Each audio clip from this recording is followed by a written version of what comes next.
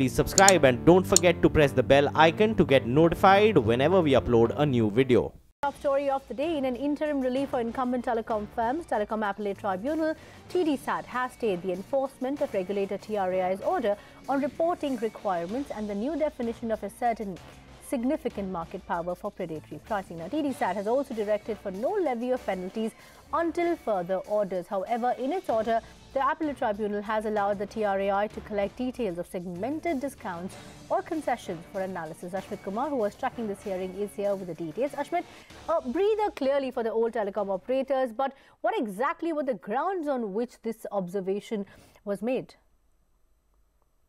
It's a big relief coming in for incumbent telcos, the TDSAT staying, at least in part, the contentious predatory pricing order. And what we understand is that it has stayed so in parts, giving much needed relief to incumbent telcos. That's Bharti Idea as well as Vodafone. Now, the concern that was raised by the incumbent telcos essentially was, number one, the reporting requirement. It was termed as too tenuous. It was simply untenable, that it's simply unreasonable because the predatory pricing order requires for a reporting mechanism to be done for every individual customer if discounts are given.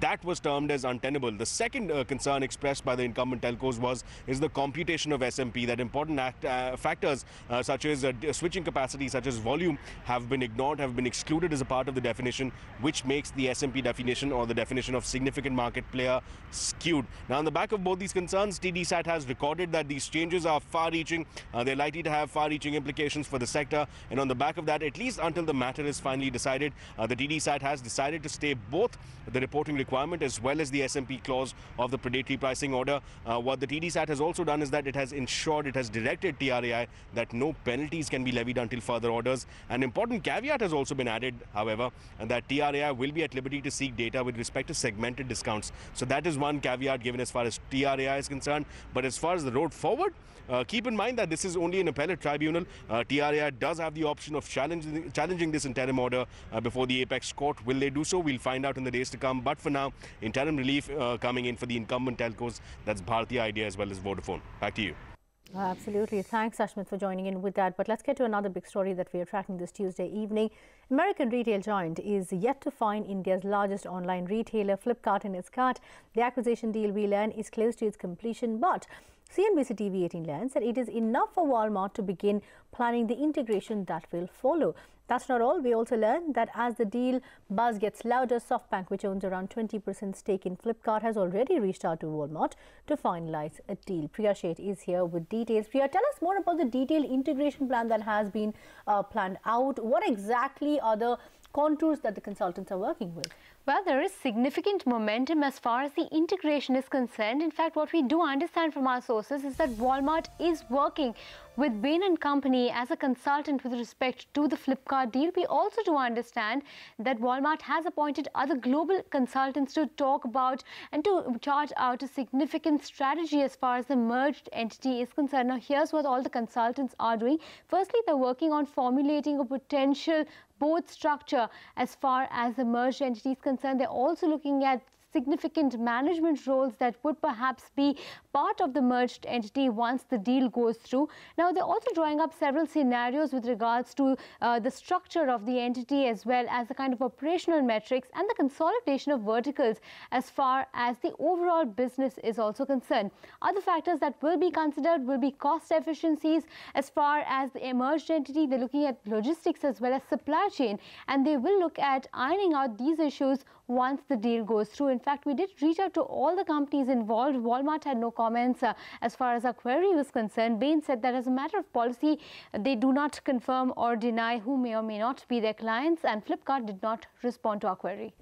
Okay, fair enough, Priya. Thanks for joining in with that. But that is just one aspect that we have picked up. We also understand from our sources that legendary founder of SoftBank, Masayoshi Son, has met with Walmart's global CEO, Doug McMillon, very recently to iron out how they can look at India integration. Now, remember, SoftBank holds about 20% stake in Flipkart.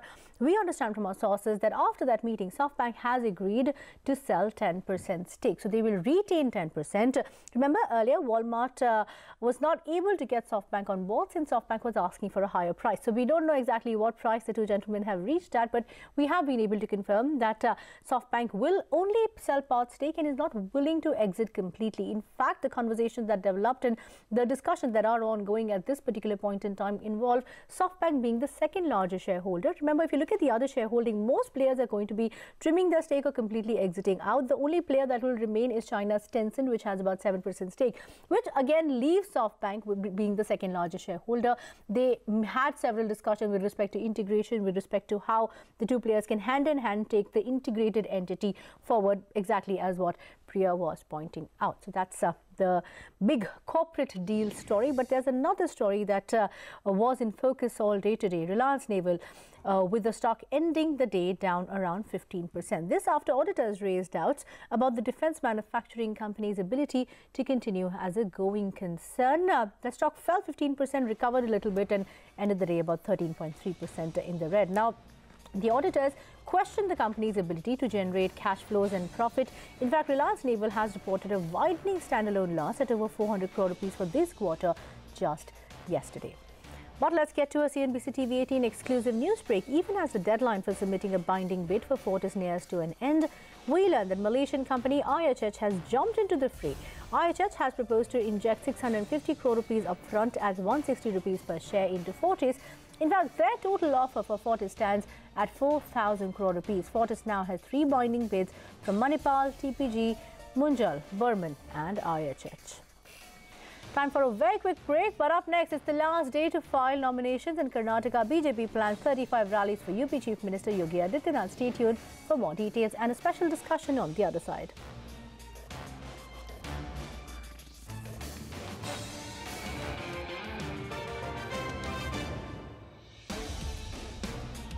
All in, and Karnataka is now well and truly in campaign mode. On the last day to file the papers, Chief Minister Siddaramaiah put pen to paper from the Badami constituency. Meanwhile, the BJP is rolling out its big guns for the campaign. Prime Minister Modi will address over 20 rallies, and the UP Chief Minister Yogi Adityanath will address 35 rallies. Rukmini Rao joins us now from Battleground, Bengaluru. Rukmini.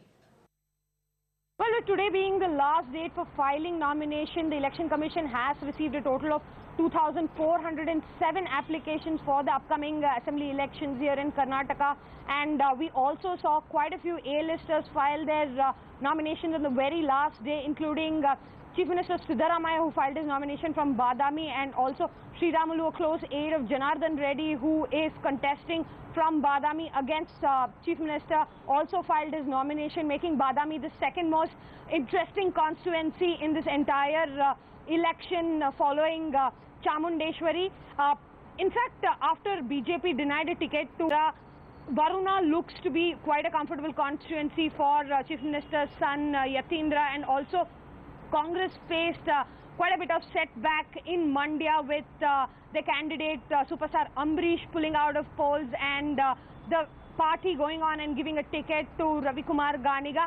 However, we will be seeing all the star campaigners for various parties come to Karnataka in the next few weeks to campaign for their respective parties. BJP will have Prime Minister Narendra Modi and also Chief Minister of UP Yogi Adityanath, who will be campaigning in several constituencies. Rahul Gandhi will kick off his next leg of campaigning starting Friday, and also Mayawati is set to campaign for JDS starting tomorrow.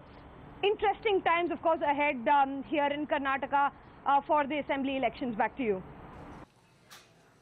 Well, interesting times is an understatement. Rukmini, appreciate you joining us with that. The Congress party sharpening its attack against the Reddy brothers. Janardhan Reddy was a former BJP minister in the state, was convicted in the mining scam. The official Twitter handle of the state Congress party tweeted, and I quote, "In his utter desperation to win Karnataka, Modi has sold his party to the Reddy brothers and other scamsters who are back with a bang." To take that conversation forward, joining us now, Aishwarya Mahadev, spokesperson of the Congress party, and Amit Malviya, spokesperson of the Bharatiya Janata Party. Amit Malviya, how do you explain this? Your poll promise in 2014 was that you would provide governance that was beyond what the Congress could provide, beyond what the UPA could provide. It would be a clean government. It would be a corruption-free government. And look what you've now decided to do in the state of Karnataka. How do you explain this?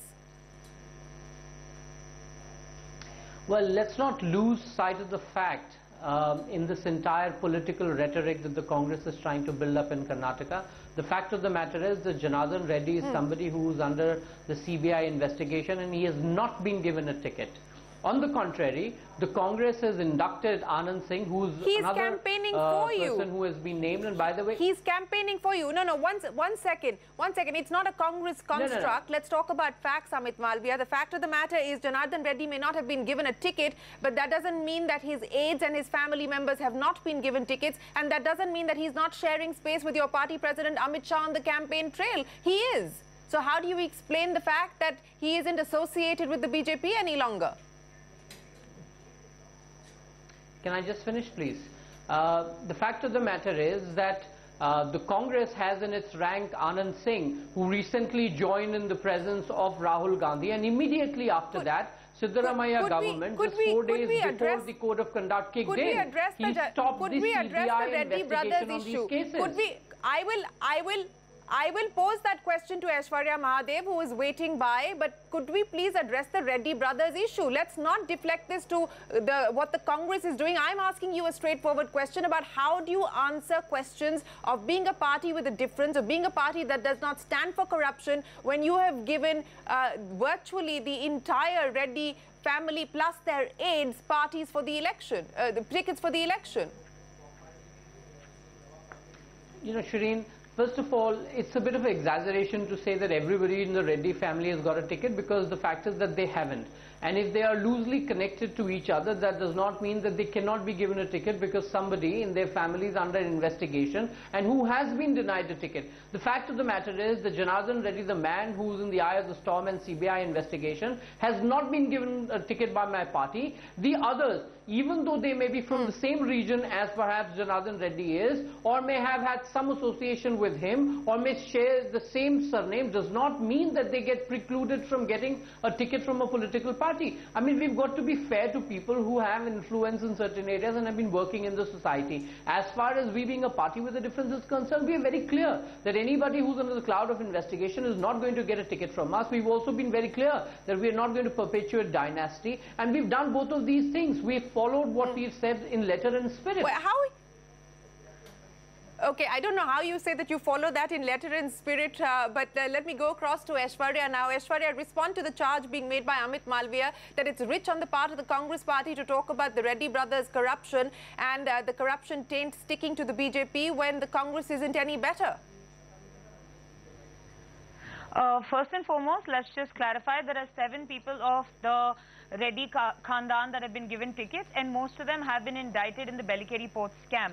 A lot of it is under investigation, and when Amit Shah last week said Janardhan Reddy has nothing to do with us, but during Sri Ramalu's filing on stage he is there, it shows you clearly that the Reddy brothers are back and the Republic of Bellary is safe and well. All of the others, the 6 others, also have cases against them. But what do you expect from a party where a CM candidate himself has gone to jail? You talk about Anand Singh. If you look at the court's observations, maybe Amit Malviya is not from the state, so he doesn't understand. The court has indicted him of all charges. Janardhan Reddy has 63 cases, which the CBI very promptly, much before Yediyurappa was indicted him, right? Elections got closer. Has indicted him. One second. Anand Singh has been indicted of all charges. The BJP is talking about in letters. No. Aishwarya, one second. Aishwarya, Anand Singh has been indicted of all charges. Aishwarya Mahadev. On this. His nephew is somebody who is indicted. One second, Suresh Aishwarya. Babu, who is an MLA from Kampli, was also indicted in the Belikeri port scam. So at the end of the day, you have given criminals tickets, and not to mention that people accused of sexual harassment, rape, and also people watching porn in assembly at the end of the day. So don't come and point fingers of one instance which has been clarified and cleared already. Okay, just for the purpose of clarification, Aishwarya, one second, Amit. One second, I will get you to respond to this. Aishwarya, you said Anand Singh has been indicted of all charges. Sorry, let me clarify. He was initially, there was an investigation against him. He was arrested, after which he was cleared of all charges, which he made clear when he joined the Congress party in the presence of all the leaders and said, we have submitted to the rule of law, and the court has given a judgment in the same case, which is why he is part of the Indian National Congress now. Okay, Amit Malviya, specific comments coming in there from Aishwarya on each of the candidates that have been given a ticket, and that is what we heard from the Congress party today, launching a full frontal attack against the BJP for supporting those that are smeared by the taint of corruption. Well, you know, the Congress spokesperson somewhere gave away the truth because she just could not hide and she could not lie any further, and therefore she came up with Anand Singh's indictment, which is great. It's good to admit on national television that you have corrupt people in your rank, and you've just admitted them in presence of your national president Rahul Gandhi. Now coming to Anil Lad and Santosh Lad, the two other gentlemen who were part of the cabinet of Siddaramaiah government, and the notice that Siddaramaiah government just bought in 4 days before the Election Code of Conduct kicked in to take these cases out of CBI is really quite something that the Congress has to defend and talk about. Well, we've seen the Chief Minister has clarified. They put out a clarification this morning. But Amit, please respond to the points that were made there by Aishwarya, specifically on the people that you've given tickets to, and on this business of Janardhan Reddy not really being part of the campaign. I mean, he's sharing space, whether it's at Chitradurg with Amit Shah, your party president. How do you say that, you know, he's not involved with running your campaign in the state of Karnataka? This is a man who's not even allowed, as per Supreme Court order, to enter Bellary. Shireen, we are very clear that we have nothing to do with Janardhan Reddy. He's right now under investigation. The CBI's investigation. He's campaigning for you. There has been no effort. There has been no effort whatsoever. Can I finish, please? There has been no effort whatsoever of any kind to protect Janardhan Reddy or his misdeeds. The law is taking its course. We have not given him a ticket because he is under investigation, and that stands for everybody. As far as the Congress is concerned, I repeat again, they have to answer about Anil Lad, about Santosh Lad, about inducting Anand Singh. These are questions that they have to answer. They have to explain why they have put out order withdrawing all CBI cases. Each of you are going to have to explain that. Well, both of you are going to have to explain that to voters in the state of Karnataka. Out of time, Aishwarya Mahadev, very quickly, is this going to be now the focus of what the Congress decides to mount as part of the election strategy? Go against the BJP, go after corruption, go after the Reddys? Very simply, we have an agenda of development which is very strong. But the other thing is also, we are not going to seize on this. We believe that these corrupt people, they looted our state. So much so that the Supreme Court had to ban this man from even entering his own hometown. And these people now are running the same Gundaraj, or if given an opportunity, are going to do the same. We are going to mount an offensive and remind the people of the Republic of Bellary again and again. No matter what, the CBI has dropped their charges on very frivolous grounds, but we are going to fight this, and we're not going to let them get away for this. And what Amit Malviya is saying is basically double speak and saying we haven't shared states the same way Amit Shah did, but you have admitted that he is going to campaign for the BJP. Look at what Yediyurappa has said, Amit Malviya, before you come on stage and try to represent your party. All right, Amit Malviya, Aishwarya Mahadev, we'll have to leave it there. Really? Appreciate you joining us on CNBC TV 18. Sorry, completely out of time. Sorry, Amit. Thanks very much to the two of you for joining us here this evening. But the other big story that we're tracking tonight, India has taken its first step towards a national policy on e-commerce. It has set up a task force that will submit its report in the next 5 to 6 months. Rituparna Bhuyan, who was tracking that, joins us now with the details. So, Ritu, what are going to be the pillars of this new national e-commerce policy, the first, in fact? The first meeting of the think tank on e-commerce was held today, where a decision was taken up to set up a task force on e-commerce, which will be headed by Commerce Secretary Rita Tiotia. This task force of officials will be submitting its report within the next 5 to 6 months and will have several sub-committees under it, which includes subcommittee on taxation as well as IPR, competition, server localization. And once the report is submitted, the government will take a call on a national policy on e-commerce, and not only that, the government will also take a call after the report is submitted on if to set up a national regulator for the e-commerce sector. All right, Ritu, appreciate you joining us with that. It is time for us to wrap up this edition of What's Hot. But up next, we bring you all the market action on Markets Today Talk Back. That's up next.